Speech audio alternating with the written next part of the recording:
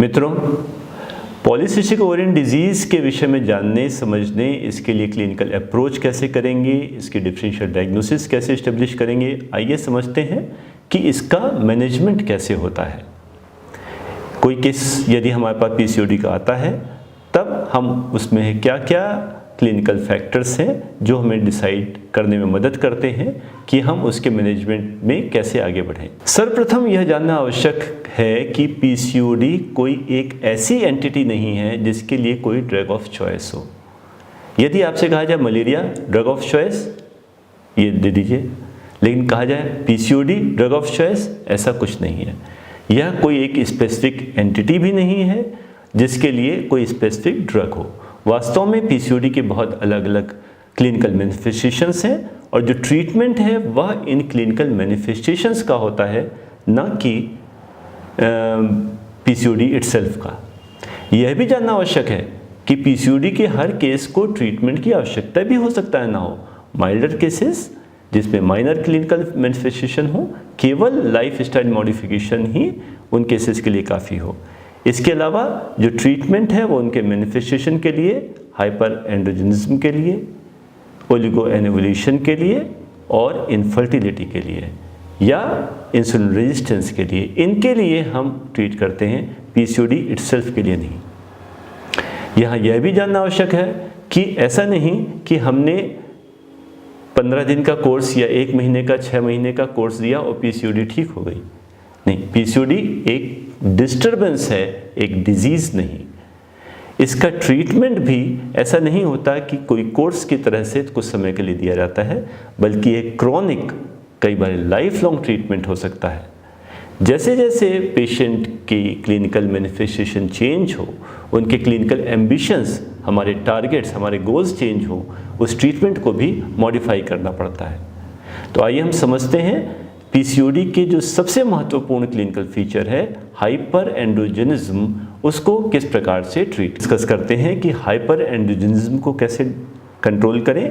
यहाँ यह ध्यान रखना है, हाइपर एंड्रोजनिज्म का ट्रीटमेंट केवल उन्हीं फीमेल्स में किया जाएगा जिनको फर्टिलिटी की आवश्यकता नहीं है, जो कम से कम उस समय कंसेप्शन प्लान नहीं कर रहे। ऐसा क्यों? हाइपर एंड्रोजनिज्म में ब्लड में एंड्रोजन का लेवल बढ़ गया, हम उन एंड्रोजन के लेवल्स को घटाने का ट्रीटमेंट दे रहे हैं, यानी कहीं ना कहीं हम उस प्रभावित फीमेल की बॉडी में एंड्रोजन लेवल्स को घटा रहे हैं। अब यदि यह फीमेल कंसीव करती है, यदि जो फीटस है वो एक मेल बेबी है, तो उस मेल बेबी में जो एंड्रोजन के इफेक्ट आने चाहिए मैस्कुलिनाइजेशन के लिए, वह भी घट जाएंगे।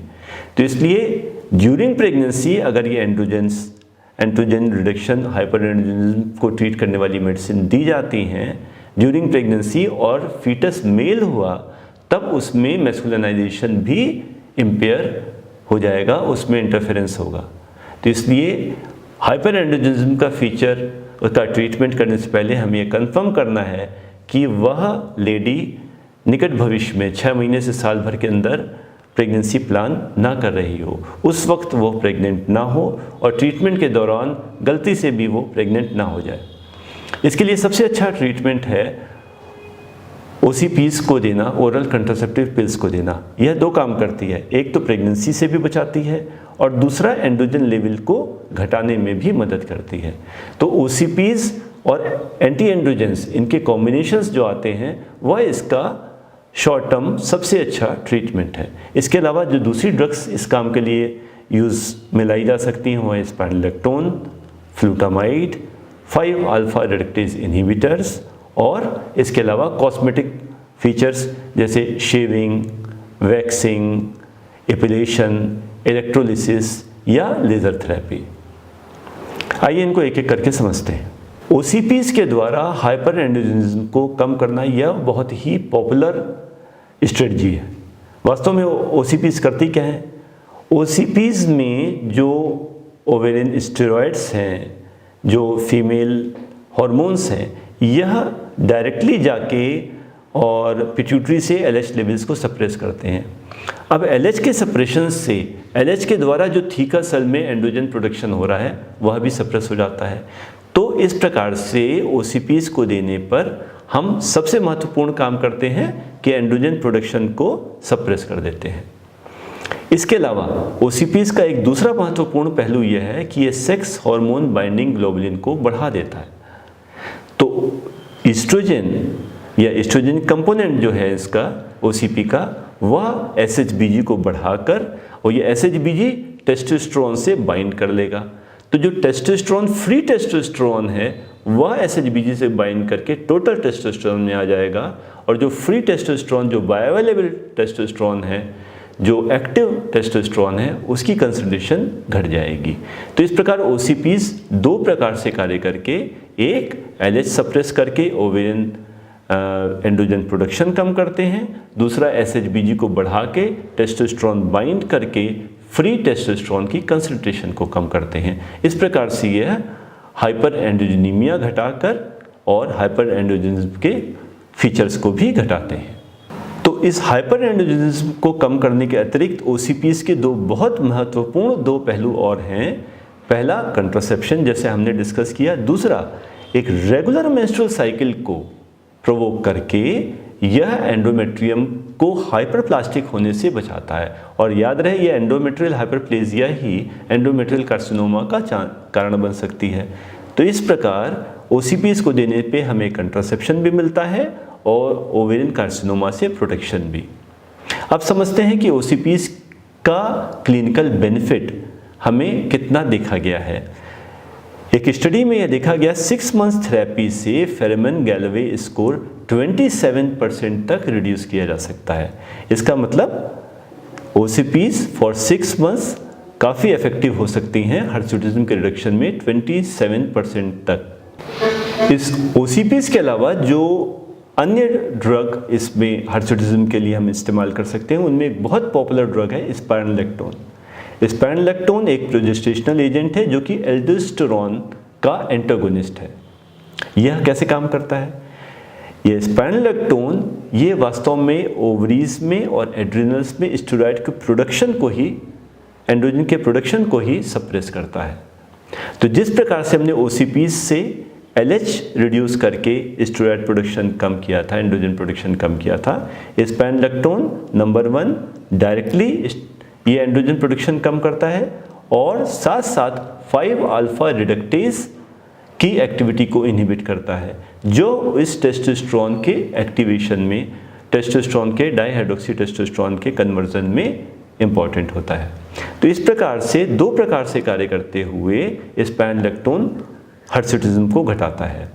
और उसी स्टडी में यह देखा गया कि 6 मंथ्स थेरेपी स्पाइरोलेक्टोन की वह इस फेरेमन गैलवे स्कोर को 38% तक कम कर सकती है। इसका अर्थ यह हुआ कि स्पाइरोलेक्टोन OCPs से ज़्यादा प्रभावी हैं हर्सुटिज्म के रिडक्शन में। स्पाइरोलेक्टोन को आरंभ करने के लिए हम इसको स्मॉल डोजेस से स्टार्ट करते हैं और ग्रेजुअली इसको बढ़ाते हैं। 50 मिलीग्राम पर डे या 50 milligram twice a day, 100 milligram per day से आरंभ करके ग्रेजुअली 3 to 6 मंथ्स में इसकी डोजेस को 200 मिलीग्राम पर डे तक यूजली बढ़ाया जा सकता है। हम समझ सकते हैं ये एल्डोस्टेरोन एंटागोनिस्ट है, तो जब यह इसके कुछ मिनरलोकॉर्टिकॉइड इफेक्ट्स भी होंगे, तो जब स्पाइरोलेक्टोन देते हैं तो हाइपरकैलीमिया और इसके डायरेटिक इफेक्ट के कारण से हाइपोटेंशन, यह हम क्लिनिकली सोच सकते हैं कि यह भी हो सकते हैं।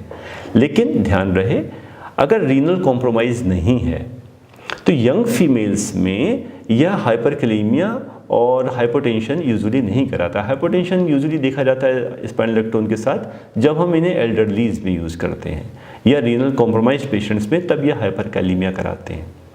हाँ, गैस्ट्राइटिस जरूर इससे माइल्ड हो सकती है, लेकिन जो PCOD के साथ स्पाइरोलेक्टोन का महत्वपूर्ण एक एडवर्स ड्रग रिएक्शन है, जो साइड इफेक्ट है, वह है पॉलीमिनोरिया। स्पाइरोलेक्टोन लेने वाली कई फीमेल्स यह कंप्लेंट करती हैं कि पहले तो ओलिगोमिनोरिया था, साइकिल्स उनकी 40, 50, 60 डेज तक प्रोलॉन्ग थी, लेकिन एल्डोस्टेरोन के स्पाइरोलेक्टोन के इंट्रोडक्शन के बाद साइकिल्स शॉर्ट हो गई और इंटरमेंस्ट्रुअल ब्लीडिंग 15-20 डेज पे भी आरंभ हो सकती है। यही स्पाइरोलेक्टोन का सबसे महत्वपूर्ण साइड इफेक्ट है PCOD के केसेस में। अब ऐसे में हमारे पास जो एक ऑल्टरनेटिव रहता है, स्पाइनोलेक्टोन अगर कंटिन्यू करनी है तो उनके साथ में OCPs को ऐड कर लिया जाए, जिससे वो साइकिल को रेगुलर बनाए रखे और स्पाइनोलेक्टोन से हमें हाइपरएंड्रोजनिज्म के फीचर्स को घटाने में मदद मिल जाए।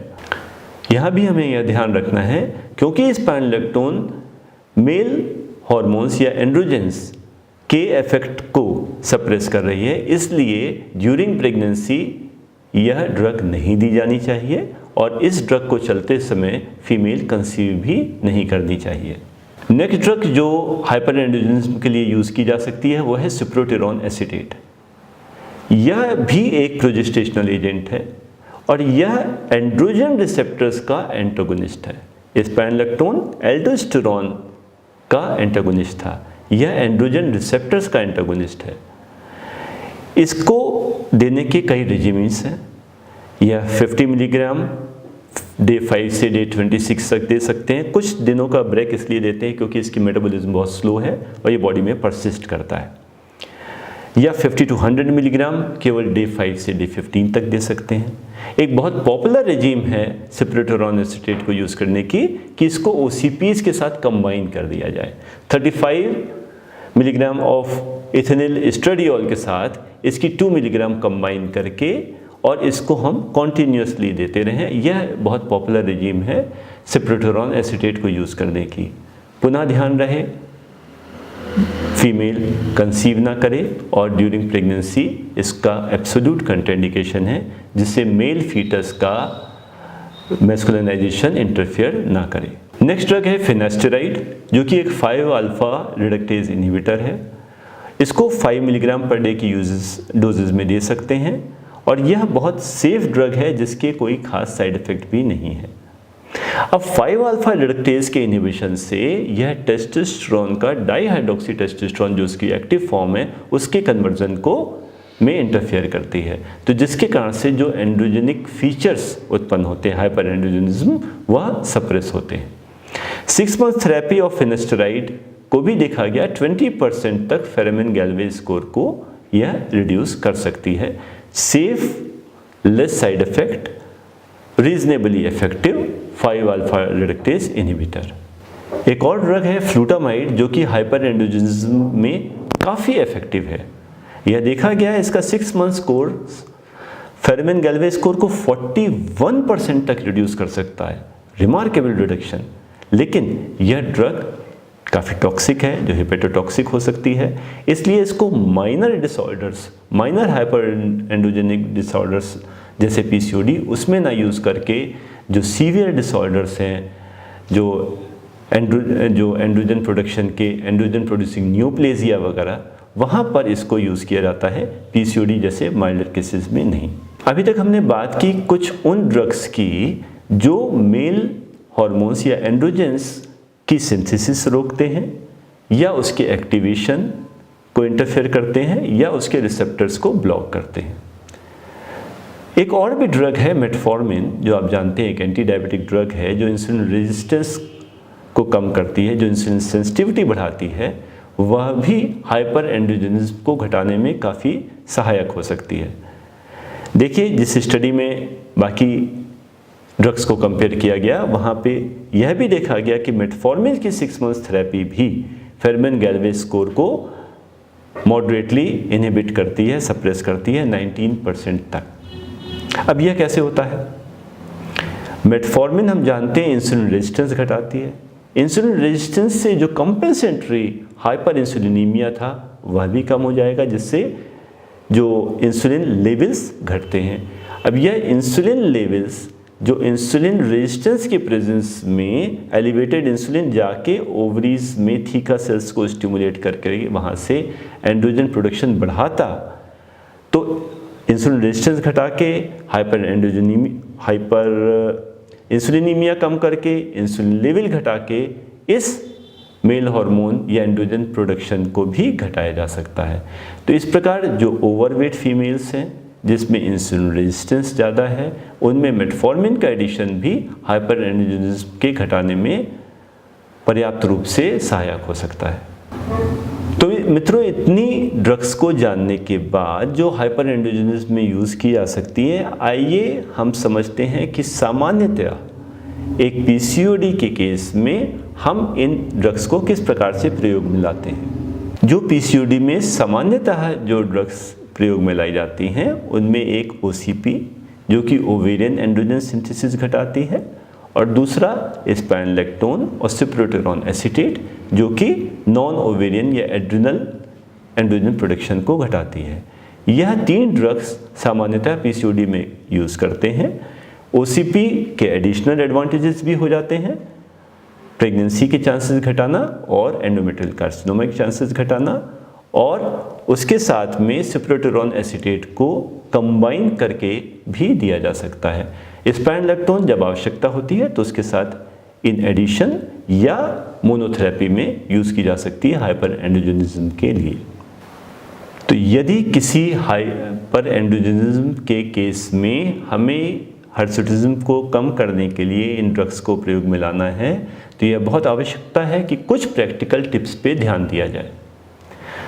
हम जानते हैं कि हेयर फॉलिकल में जब रूट से हेयर बनना आरंभ होता है तो रूट से और स्किन सरफेस तक आने में ही उसको 3 मंथ्स का समय लगता है। 3 मंथ्स की साइकिल होती है हेयर साइकिल। इसलिए यदि आज की तारीख में किसी हेयर फॉलिकल में एक हेयर बनना शुरू हुआ तो वह अपने बिगिनिंग पॉइंट से सेल स्किन सरफेस तक पहुंचने में 3 मंथ्स लेगा। तो यदि हमने आज से एंड्रोजन रिसेप्टर्स को ब्लॉक किया या एंड्रोजन का प्रोडक्शन कम किया, आज से अगर हेयर प्रोडक्शन स्लो होगा या ब्लॉक होगा तो उसका इफेक्ट आने में कम से कम 3 मंथ्स जरूर लगेंगे। इसलिए हमको थेरेपी आरंभ करने से पहले ही फीमेल को या पेशेंट को समझाना बहुत आवश्यक है कि 3 to 6 मंथ्स तक वह किसी विजिबल इफेक्ट को एक्सपेक्ट ना करे। 3 to 6 मंथ्स के बाद ही किसी एंटी एंड्रोजन या एंड्रोजन के इफेक्ट ब्लॉकिंग ड्रग्स का इफेक्ट सामने आता है। तो 6 मंथ्स तक हमको वेट करना बहुत आवश्यक है, और इसके बाद भी जो हमारा न्यू हेयर प्रोडक्शन है वह तो कम हो जाएगा, लेकिन जो बाल एक बार सरफेस पर आ चुका है स्किन सरफेस पे उसके बाहर है वह उससे कम नहीं होगा। तो हमें पुराने जो हेयर ग्रोथ हो चुकी हैं उन हेयर को रिमूव करना पड़ेगा मैकेनिकल मेथड से। जो नया हेयर बन रहा है और स्किन सरफेस पे आ रहा है उसको हम इनसे सप्रेस कर सकते हैं, और ग्रेजुअली 6 मंथ्स के बाद ये इफेक्ट विजिबल होता है, और एक पर्याप्त एक रीजनेबल हम कॉस्मेटिक इफेक्ट पाने के लिए हमें इस ड्रग को कम से कम 1 से 2 साल तक कंटिन्यू करना होता है। यदि कोई शॉर्ट टर्म रेमेडी चाहता है तो प्रेफरेबली उसको हम इन ड्रग्स को प्रयोग में उस केस में ना लाएं और मैकेनिकल कॉस्मेटिक मैनूवर्स के द्वारा ही उसकी हाइपर एंड्रोजनिज्म या हिर्सुटिज्म का ट्रीटमेंट उसको दें। धन्यवाद।